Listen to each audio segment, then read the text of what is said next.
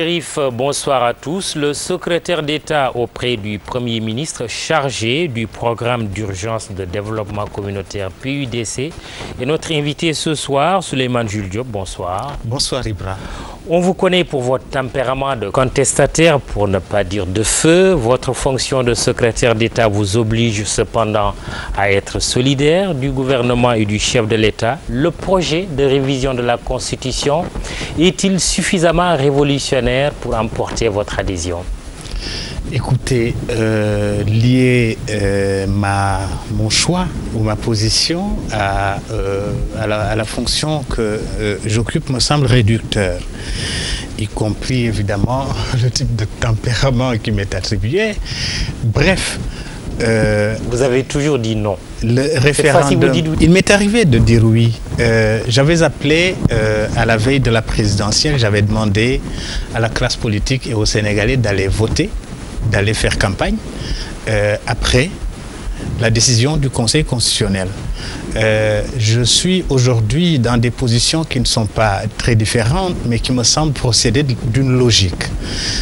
C'est qu'une commission a travaillé. Avant la commission, les assises ont travaillé, ont proposé un bloc de changement, des amendements à la Constitution qui relèvent, à mon sens, de grandes avancées. Nous allons peut-être entrer dans le détail sur ces questions, mais enfin, c'est ce que je déplore justement des autres, c'est que nous devons éviter d'avoir une réaction tout à fait émotionnelle, tout à fait circonstanciée et instantanée, je dirais présente, pour un projet qui est un projet d'avenir pour notre pays. Le 20 mars, avant d'aller plus loin, vous allez dire oui ou non? Absolument oui. Et il n'y a aucune raison de dire non. Et d'ailleurs, il n'y a pour personne une seule raison de dire non. On leur dit d'étendre les pouvoirs du Conseil constitutionnel qui peut se prononcer, y compris sur des lois organiques. On ne peut pas dire non. Ce que vous dites est antidémocratique. On ne peut pas dire oui. Tout le monde ne peut pas dire oui. Non, mais ma fonction, c'est de dire pourquoi, oui. Je pense, à mon sens, oui. On ne doit pas dire non. Oui. Maintenant, il est clair que les autres, ceux qui choisissent de dire non, ils ont la liberté de le faire. Nous sommes en démocratie. Mais quand on dit que dans le Conseil constitutionnel, le choix maintenant des membres relève du président de la République, mais en même temps du président de l'Assemblée nationale, c'est le président de la République qui est délesté d'un pouvoir qu'il avait à lui tout seul pour le partager.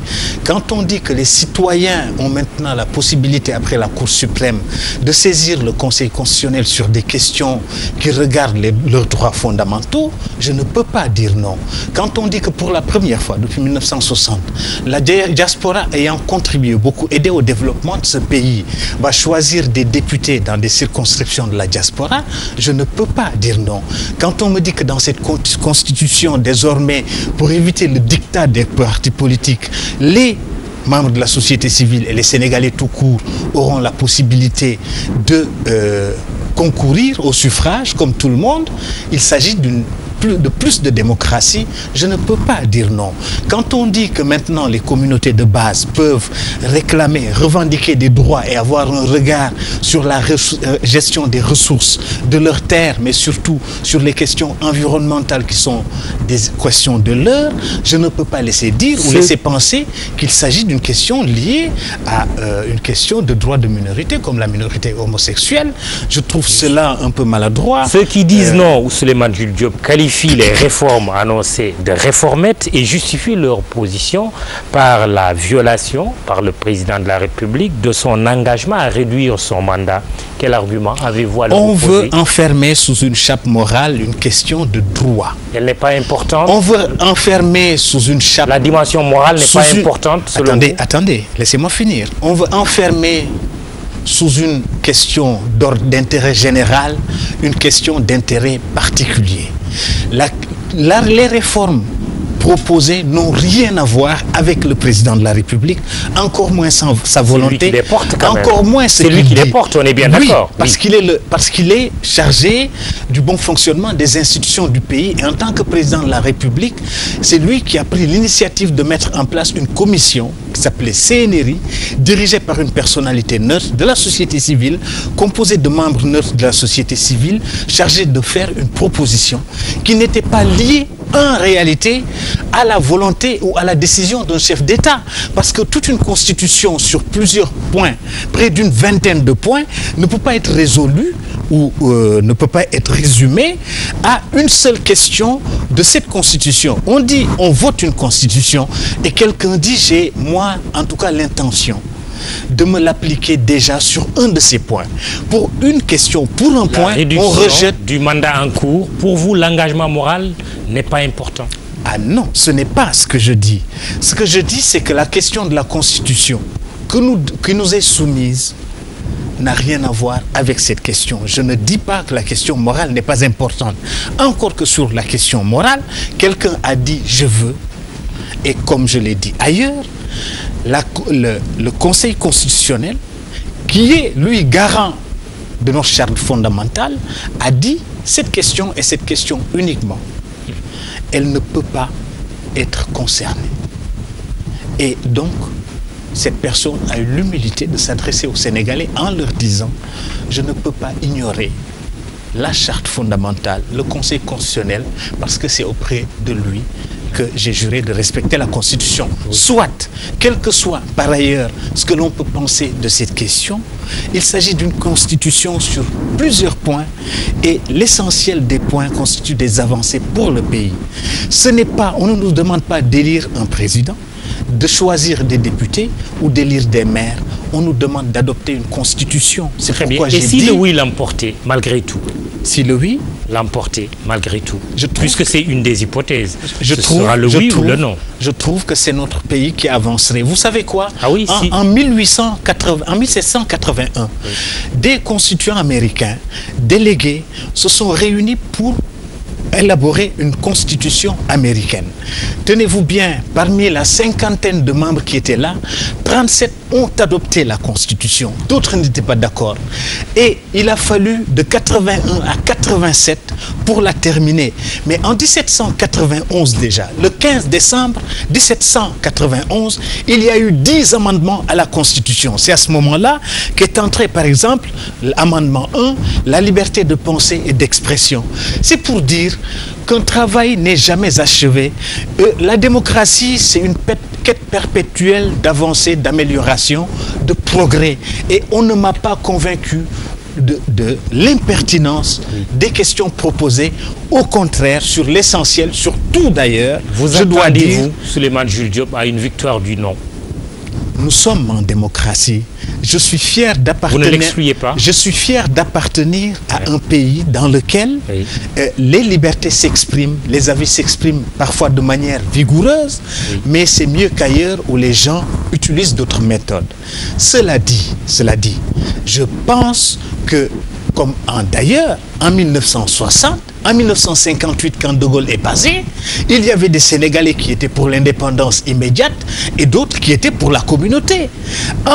Mais bien avant, depuis 1848 dans ce pays, on choisit des élus, on élit des gens et à chaque fois, les libertés s'affrontent, les opinions s'affrontent. Et donc moi je m'attends à ce qu'il y ait des Sénégalais qui vont exprimer un non.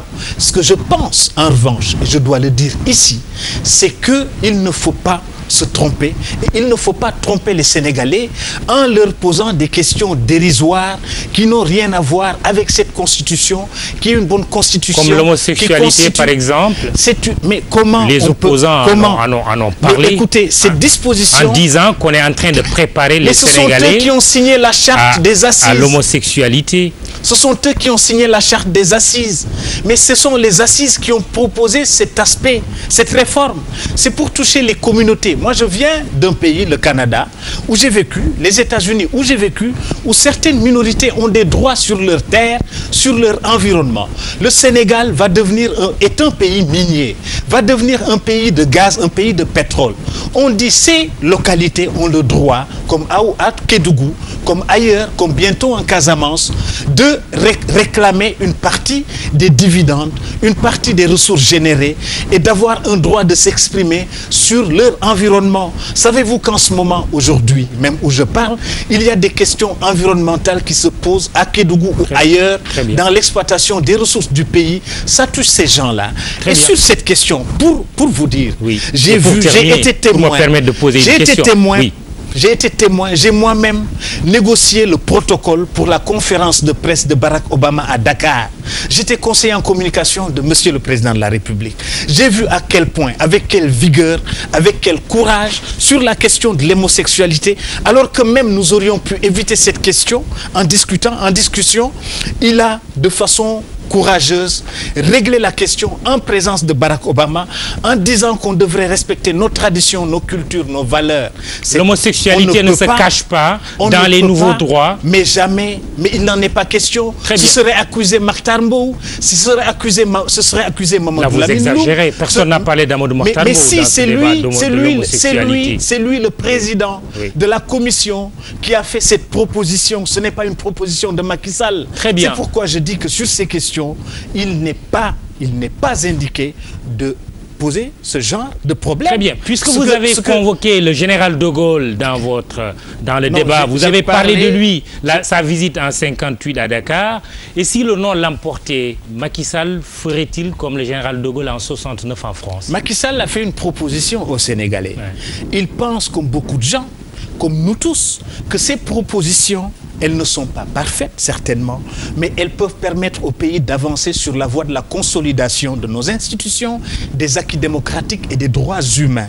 Si demain, les Sénégalais disaient non, j'espère que ce ne sera pas le cas, il devra simplement, en démocrate, respecter la décision des Sénégalais et retirer la proposition. Ah oui? Mais je peux vous retourner la question en vous disant, et si le oui l'emportait, que feraient tous ces gens qui hurlent partout? Je vous renvoie la question. Mais non, ce n'est pas à moi de répondre. Seulement, je suis quand même surpris que l'on ne pose la question que dans le sens de si le non l'emporte. Et si le oui l'emportait, et nous voulons que le oui l'emporte, parce que voyez-vous, sur les différents points, il n'y a pas un seul qui en réalité va dans l'intérêt d'une consolidation du pouvoir de Macky Sall, mais des pouvoirs de l'Assemblée, des pouvoirs des Sénégalais, des pouvoirs des communautés, mais surtout des pouvoirs de nos institutions dans le cadre de la séparation des pouvoirs et du contrôle a posteriori, comme de l'Assemblée de l'exercice du pouvoir par l'Assemblée nationale à travers le budget,